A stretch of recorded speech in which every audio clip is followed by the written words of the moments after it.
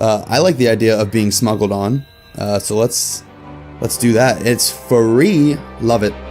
Love free things. Let's do it. Alright guys, so we have made it to Bombay, if you've not watched the last video. I have it paused right now because I just want to talk a little bit before the video starts, before I continue on here. I am going to try my best to make this video around 20 minutes.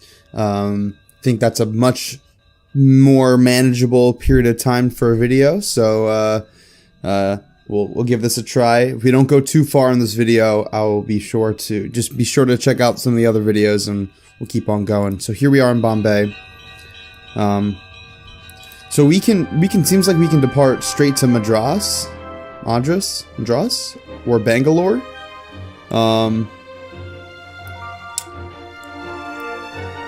I'm not really sure what I want us to do. We could go to Colombo. Might be interesting to go to Sri Lanka and maybe head over to the Philippines. Let's explore first. We have that Artificers Guild there.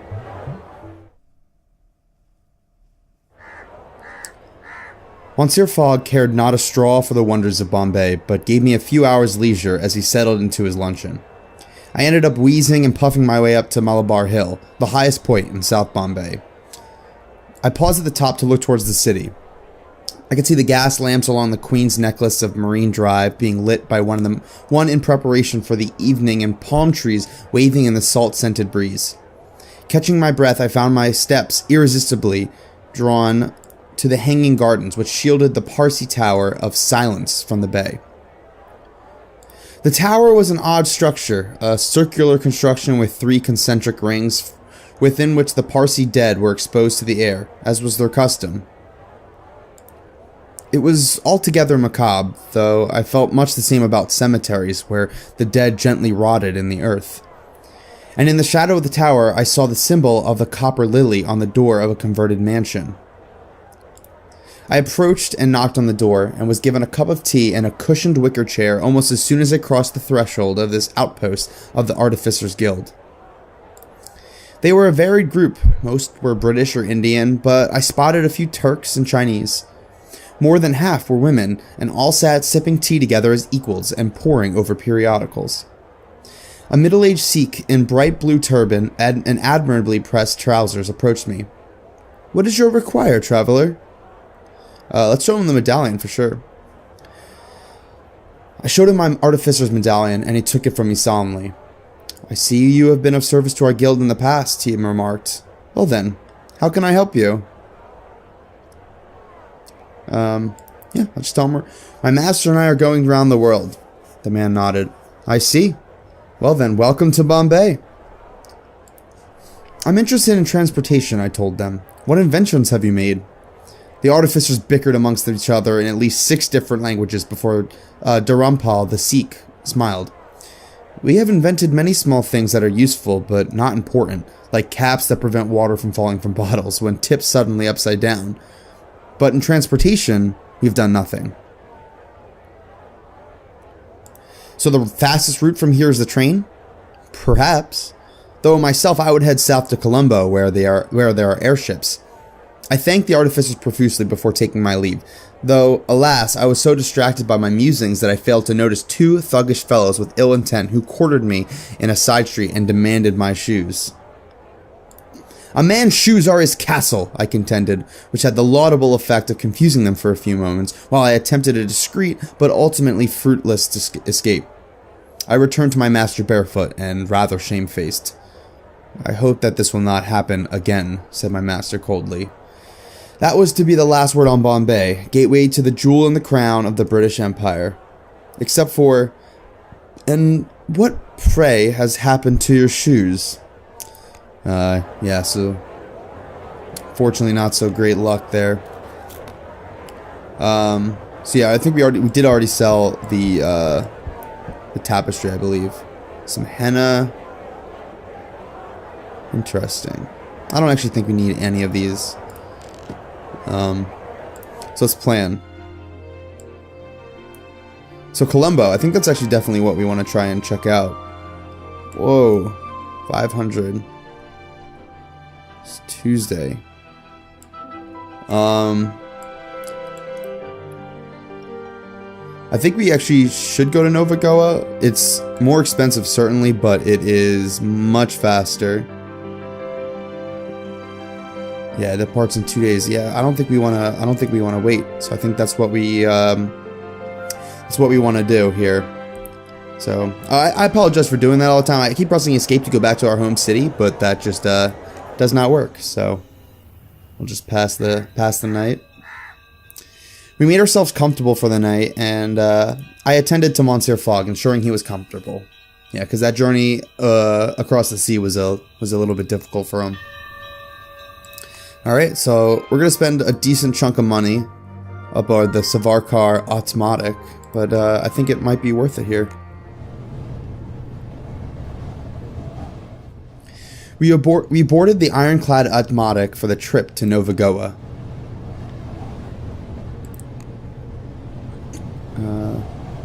See if he knows anything about Nova Goa. Well, you know that the views are good. How about the journey? What does he make the purpose? He's made a hefty wager. I do not intend to lose. And then Colombo. That's I think where we're heading. All right. The journey was a short jaunt. So, I spent the time on the observation deck trying to get more of a sense of the scale and size of the land, the jewel in the British Empire's crown. It's actually super funny to read that because I'm literally, my class that I'm taking is a British history class, and my professor constantly talks about how that's what it's called.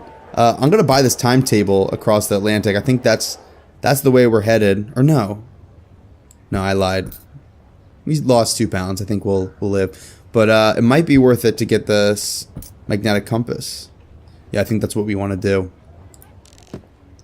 All right, let's spend the night, and we can explore in the morning, find some routes.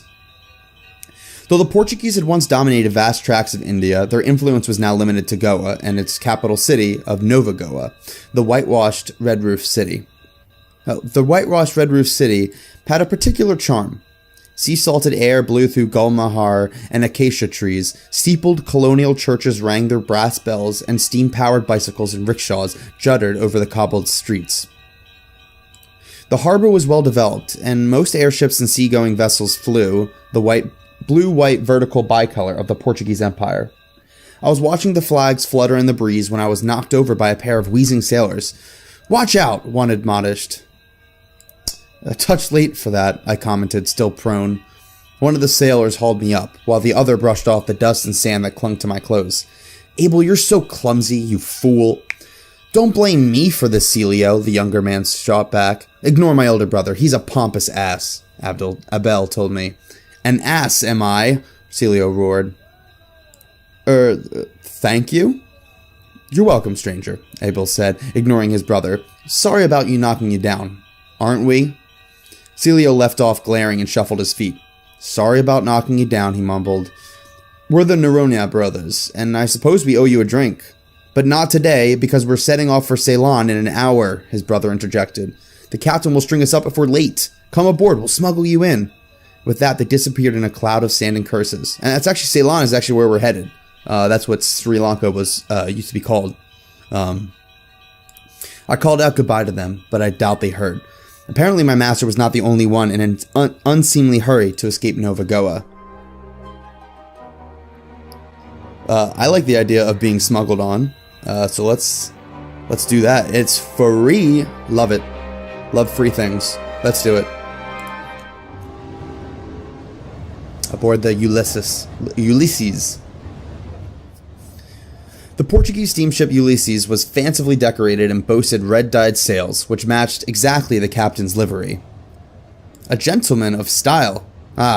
It gave me great pleasure to look upon a man who took pride in his appearance. And look at that, we're now suave. Call us Bond. James Passepartout Bond. Let's clean him up a little bit. The Noronha brothers, who had knocked me over in Nova Goa and then offered to buy me a drink, welcomed me aboard with much jostling and jocularity. I welcomed them cheerfully, and it was my master who, very moderately, looked aside.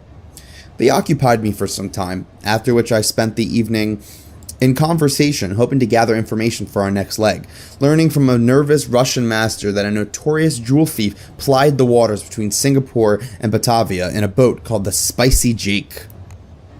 Ooh. Not the mild Jake, the Spicy Jake, the habanero Jake. The Noronha brothers dogged all my steps, keen to tell me of the Ulysses and the adventures running Malwa opium to Macau, and lately, Lintin. You are opium traders? Not this trip, Celio informed me cheerily. We are hauling wax, saltpeter, and turtles at the moment, and we just unloaded a cargo of chandeliers in Nova Goa, but no doubt we'll be running opium again soon. They were very blasé about their trade. Yeah, that's kind of one of the big issues of India at this time. They love their opium. It's kind of a problem. Do you smoke opium yourselves? Abel looked at Celia, who coughed. I am partial to a pipe now and then, he allowed, but I'm nothing like those Chinese addicts. A man has to take his pleasure somewhere in this world, Abel added philosophically.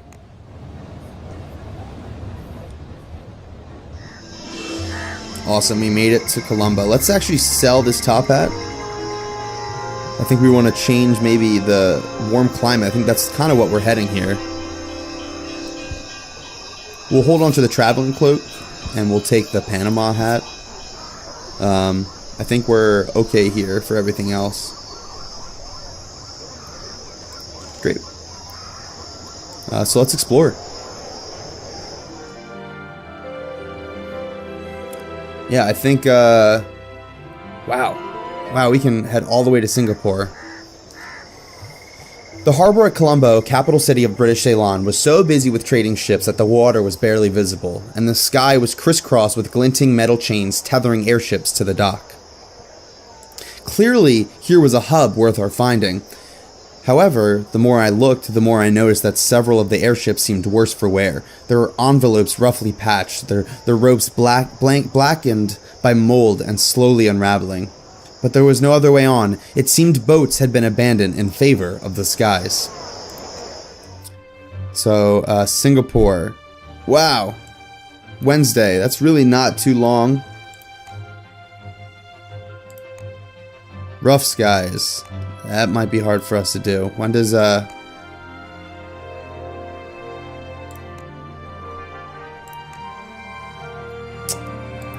don't think we have... Chitta, I think, do we have something that sells, like, for a lot of money there?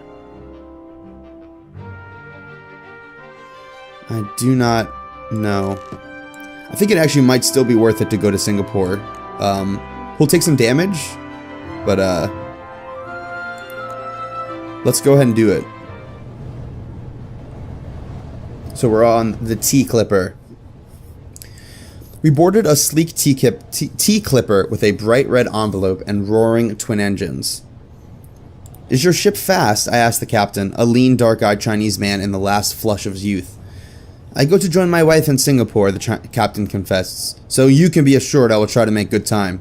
So saying, he flung the ship up into the air.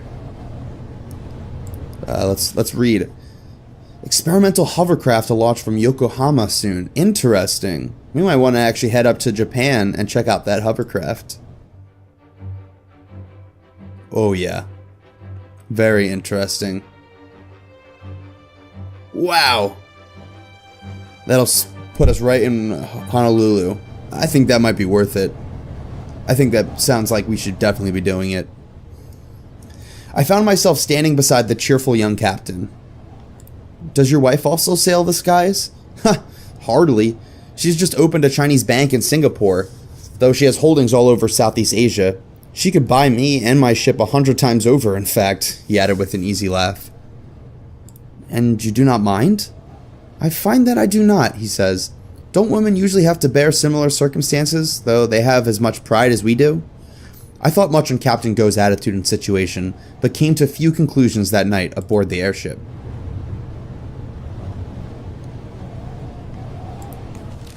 Fogg Valet, Dapper, full report. Look at that. That's us. They're talking about us. We're in the Times for being goddamn dapper. We are beautiful. There were rumblings of discontent aboard the ship, centered upon the figure of First Mate Renuga, a dark-skinned, towering Sinhalese woman. I did not want to get involved, but I could not help overhearing their conversations. It seemed the captain was going to sell the ship and settle down, and the crew were to be scattered. I considered the matter. "Why don't you buy the ship?" I suggested. First Mate Renuga's expression turned even blacker. "Oh, I tried, but the price is too high, even if we all go in together." I nodded sympathetically. "We are distraught," she continued. "This ship's a family, and now we're all going to be scattered apart because the captain's family wants to go up in the world, and he's besotted." "I'm sorry," I told her, able to think of no better solution to her predicament. "We're all going to be sorry." She grimaced into her stew. "Just wait and see." I don't think that bodes well for us. I do not think that bodes well for us.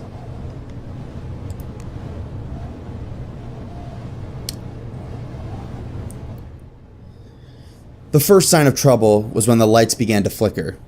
The gas lamps sputtered out just before the secondary engine cut out, leaving the airship in darkness and silence. I huddled in my bed, with a nearby table lamp in my hands and watchful eye on the door. I catapulted into action when the door slid open, and brandished my lamp at the intruder, who knocked it clean out of my hands before pulling me out of bed. I was unceremoniously seized and dragged to the floor of the bridge, where First Mate Renuga held her pistol to Captain Go's head. Monsieur Fogg was tossed beside me soon after. "Is this your solution, First Mate?" I asked despairingly. "We don't want to be sold off to the highest bidder," she turned to the captain. "We have worked alongside you for 10 years. We gave you our loyalty, our blood, and you cast us aside to some land-grubbing woman." "This is mutiny," I shouted, trying to shock her out of her course. First Mate Renuga's lip curled. "And what about a captain abandoning ship? He sold us as a wedding present. Don't we deserve more?" "Perhaps you do," I nodded, seeing the frustration in the crew's faces. "It is unfair, I agree." "This ship is my home," First Mate Renuga breathed, as the crew stamped its feet and shouted their agreement. "I cannot let her go, even if her captain can." Something seemed to break in Captain Go's expression. He leapt upon this first mate with sudden, startling ferocity, and they began to grapple for the pistol. Oh, who do we stop? My mind says Captain Go, it's his ship, but my heart says Renuga. I'm gonna go with Captain. I tried to stop Captain Go. The pistol jerked and the bullet punched a hole through the outer hull above us. I heard a shrill whistle of air before we were knocked to the floor by the sound of an almighty explosion. I looked down at the two, but both were paralyzed with sudden fear. Wind whipped past us. We rolled and tumbled in the air. We were falling uncontrollably. And then we hit the water. And I slipped into glorious, terror-free unconsciousness. Wow. I don't even know what happens now. Oh wow. I awoke, and I had not drowned, which was more than I expected. My head was on Monsieur Fogg's lap. The emergency protocols have activated, and we have been sealed into the bridge, he informed me, in lieu of a greeting. I catalogued my injuries from a prone position, feeling quite knocked about, but relatively well, considering I had nearly been shot, actually been blown up, and then fallen into the ocean. You cracked your skull, my master declared. This is not the first time you have awoken. Every time you sit up, I explain matters, and then you swoon once more. Are you unharmed, monsieur? You have not asked that before, my master smiled. But are you? I am somewhat injured, my master said serenely, and then coughed an enormous, thick, oozing warm blood into my chest. I shrank away in horror, only for Monsieur Fogg to slump heavily against me. His brow felt clammy and fevered. We have a much larger problem than our injuries, Passepartout. His voice was uncharacteristically raspy. What is that? I asked, fearful of the answer. In response, Monsieur Fogg tipped my head up a little. I saw the heavy glass windows of the bridge. Instead of pale blue sky and clouds, I saw only dark water, pitted by air bubbles rushing away. "We are sinking," Monsieur Fogg continued, regaining some of his composure. "And Captain Go informs me we have only a day's worth of air at most. So then we will die here?" I saw Monsieur Fogg almost smile in the murky darkness. "It seems a distinct possibility." We sat together in the dark for an hour or more without saying another word.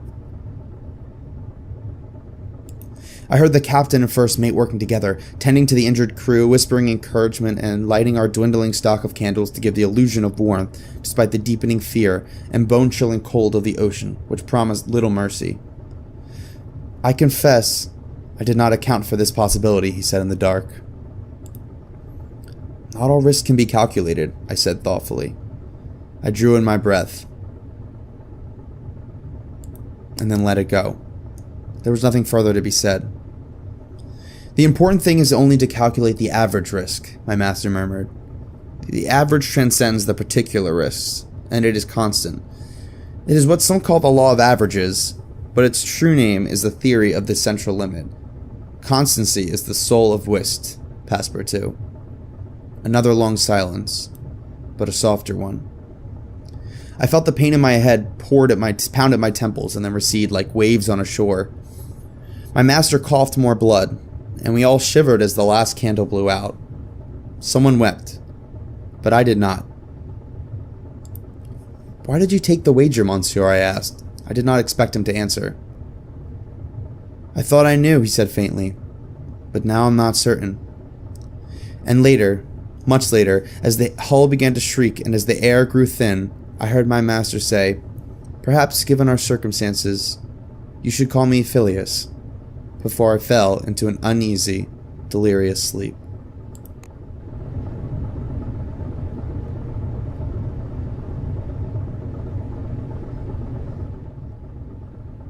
I think I'm going to keep on going for a little bit longer.